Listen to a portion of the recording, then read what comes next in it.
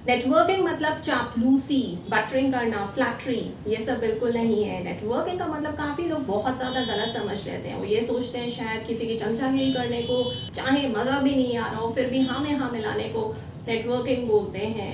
चमचा बन जाओ, हमें नहीं बनना। हम हेटर्स हैं, हम नेटवर्किंग करने से बहुत ज़्यादा परहेज रखते हैं। मज़े की बात तो ये है कि जो लोग ये बोलते हैं कि मुझे अकेला छोड़ दो, हम अकेले रहना चाहते हैं, वो भी कहीं ना कहीं तन्हाई के दर्द को महसूस करते हैं।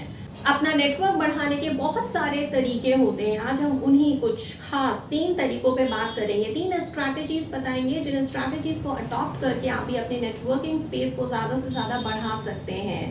पहली स्ट्रैटेजी उन लोगों के लिए है जो ये सोचते हैं कि शायद नेटवर्किंग करना मतलब नए नए लोगों को अपने स्पेस में ऐड ऑन करते चले जाना, ज़्यादा से ज़्यादा नंबर।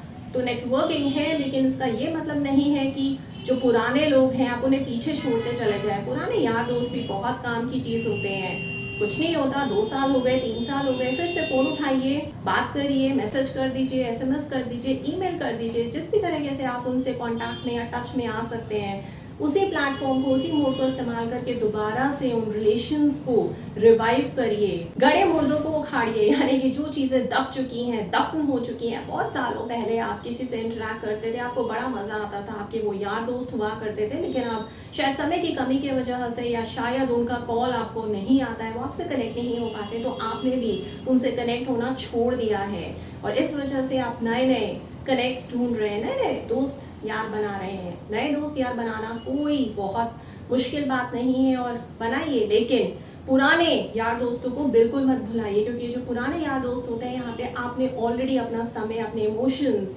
अपनी खुशियाँ, अपने गम, हर कुछ बहुत ज़्यादा इन्वेस्ट कर दिया होता है। उस वजह से वो जो एक रिश्ता है वो बनता है। और ठीक है, कुछ सालों तक अगर आप उस रिश्ते पे कुछ भी नया नहीं कर पाए, उसे और ज़्यादा सींच नहीं पाए, उसमें पानी नहीं डाल पाए, उनको कॉल या मैसेज नहीं कर पाए, उनका हाल चाल नहीं ले पाए, तो वो रिश्ते ख़त्म नहीं होते हैं। मज़े की बात तो ये है कि वो लोग भी आपको दुख दर्द में, हंसी खुशी में याद करते हैं। फिर आप इतना ज़्यादा क्यों सोचते हैं किसी को भी कॉल करने से या मैसेज करने से या ईमेल करने से आपकी शान में कोई कमी नहीं आ जाएगी, आपकी इज्जत कम नहीं हो जाएगी। वो तो वैसे ही चाहते हैं आपसे हाल चाल लेना, आपके बारे में और जानना। और ये मत भूलिए, ये वही लोग हैं जो आपके दुख सुख में बहुत ज़्यादा काम आए थे किसी समय पे, और अब आप उनको भूल के, उनको अवॉइड करके कुछ नए लोगों से अपना कनेक्ट, अपना रिश्ता बनाने की सोच रहे हैं। जहां नेटवर्किंग आपको ये बताती है कि ज़्यादा से ज़्यादा लोगों से यारी दोस्ती करिए, नंबर को बढ़ाते रहिए, अपने दोस्तों को, अपने कनेक्ट्स को ज़्यादा से ज़्यादा नंबर्स में कन्वर्ट करते रहिए, लेकिन इसका मतलब ये नहीं है, बिल्कुल भी नहीं है कि आप पुराने यार दोस्तों को भूल जाएं। जो पुरानी दोस्तियां हैं उसको दफन कर दें और फिर से वो आप जिंदा ही नहीं कर पाए। बिजनेस में भी यही रूल और प्रिंसिपल चलता है। अगर हम नए कस्टमर्स को एक्वायर करने की सोच रहे हैं, यानी कि ज़्यादा से ज़्यादा पैसा खर्च होगा, ज़्यादा से ज़्यादा समय की और ज़्यादा बर्बादी होगी, इससे बढ़िया कि हम अपने पुराने कस्टमर्स को फिर से रिवाइव करें, उन्हें और ज़्यादा लॉयल बनाएं, उनको कुछ ना कुछ क्रॉस सेल या अपसेल करें। बस हर जगह प्रिंसिपल तो वही है। बड़ी बड़ी कंपनियां, बड़े बड़े बिजनेसेस भी नए कस्टमर को एक्वायर करने से पहले अपने पुराने कस्टमर्स को देखते हैं, कोशिश करते हैं उनको किसी तरह से कुछ भी क्रॉस सेल या अपसेल कर दे, जिस वजह से उनकी लॉयल्टी और ज़्यादा बढ़ जाए। क्योंकि एक नया कस्टमर आएगा तो उसका जो कस्टमर एक्विजिशन कॉस्ट है वो बहुत ज़्यादा लगेगी। एक कंपनी को इमोशंस इन्वेस्ट करने पड़ेंगे, अपना समय इन्वेस्ट करना पड़ेगा, पैसे इन्वेस्ट करने पड़ेंगे, उसके अलावा भी बहुत और ज़्यादा इन्वेस्टमेंट इसके अंदर जाएगा किसी नए शख्स को अपना ग्राहक बनाने के लिए, उससे कनेक्ट होने के लिए। उससे अच्छे तो हमारे पुराने कस्टमर्स हैं जो उनका ऑलरेडी नेटवर्क बन चुका है। प्रिंसिपल तो एक ही है, आप अपनी आम जिंदगी में भी, नेटवर्किंग में भी यही प्रिंसिपल अप्लाई कर सकते हैं। और बहुत सारी रिसर्चर्स ने इस चीज़ को प्रूव किया है, और रिसर्चर्स ये दावा करती हैं कि जो आपके पुराने नेटवर्क्स होते हैं, ये बिछड़े हुए यार दोस्त बहुत काम के होते हैं, याद रखिएगा। सेकेंड स्ट्रैटेजी, नेटवर्किंग की ये सेकेंड स्ट्रैटेजी कुछ खास लोगों के लिए बनाई गई है जिनको समझ में नहीं आता कि किस तरीके से बात शुरू करनी है, किस तरह से बातचीत करनी है और अपने यार दोस्त बनाने हैं, नंबर गेम खेलना है।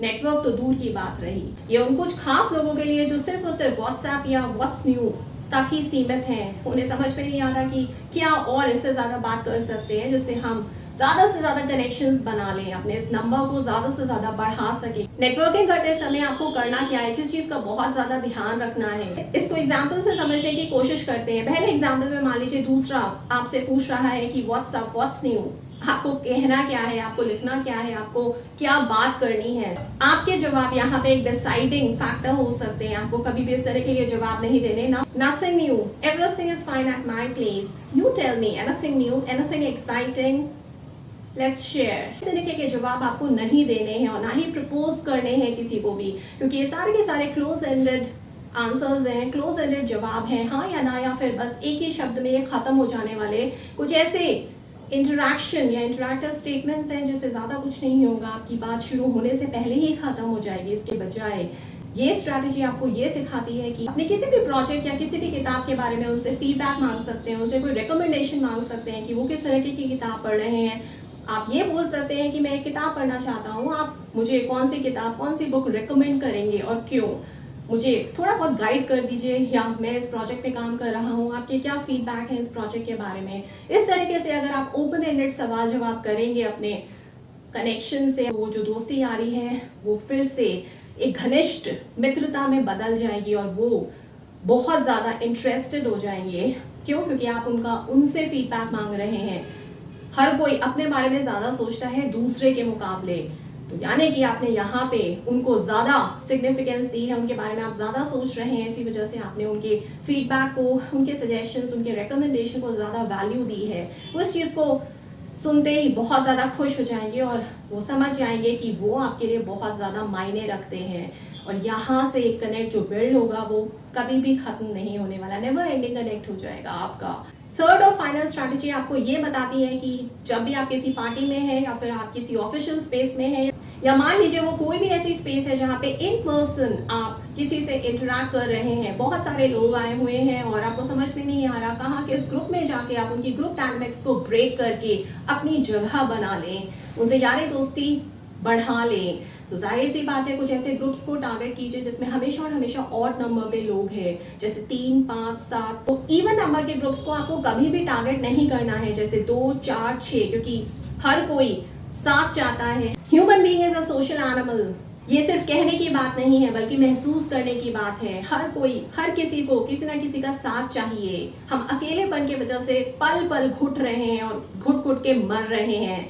हर कोई किसी ना किसी से जुड़ना चाहता है, हर कोई एक साथी चाहता है, कंपेनियनशिप चाहता है। इसी वजह से जब भी आप एक और नंबर के ग्रुप को टारगेट करेंगे, चाहे वो 3 का ग्रुप हो, 5 का ग्रुप हो या 7 का ग्रुप हो या 9 का ग्रुप हो, ऐसे ग्रुप्स में आपको कोई ना कोई जरूर मिल जाएगा जिसको आप टारगेट कर सकते हैं। इस स्ट्रैटेजी में आपको करना क्या है, जिस भी ऑड नंबर वाले ग्रुप को आप टारगेट कर रहे हैं उसको टारगेट करने से पहले आपको एक सेगमेंट क्रिएट करना है। उसमें एक सेगमेंट होगा जिसमें वो लोग आ जाएंगे जो आपस में यार दोस्त बने बैठे हैं, बहुत अच्छे कनेक्शंस हैं, बहुत उनकी आपस में जमती है। और दूसरी तरफ उस सेगमेंट में वो लोग हैं जो अकेले हैं इस ऑड ग्रुप में, जिन्हें किसी न किसी की तलाश है, वो भी पैर अप होना चाहते हैं, क्योंकि हर कोई नंबर के पीछे भाग रहा है, हर किसी को किसी न किसी का साथ चाहिए। आपको सेगमेंटेशन करने के बाद उस सेगमेंट पे अटैक करना है, यानी कि टारगेट करना है जिस सेगमेंट में आपने उन लोगों को अलग से कर दिया है जो बहुत अकेले हैं, जो उस ग्रुप में रह के भी तन्हा हैं। बस आपको उनसे यारी दोस्ती बढ़ानी है, उनसे बातचीत शुरू करनी है और देखिए कितनी झट से वो आपके दोस्त बन जाएंगे। बस इस तरीके से आप किसी भी ग्रुप डायनामिक्स को तोड़ सकते हैं। इंस्टाग्राम के फॉलोअर्स, लिंक्डइन के कनेक्शंस, यूट्यूब के सब्सक्राइबर्स, कंपनी का सेल्स, प्रॉफिट, रेवेन्यू और आपके प्रमोशंस, ये सारा का सारा एक नंबर गेम है, नंबर का माया जाल है। जितना जल्दी आप इस चीज को समझ जाएंगे कि जहां नंबर है, यानी कि ये नंबर लोगों का भी होता है, लोगों से मतलब कनेक्शंस का, आपका नेटवर्क कितना बड़ा है।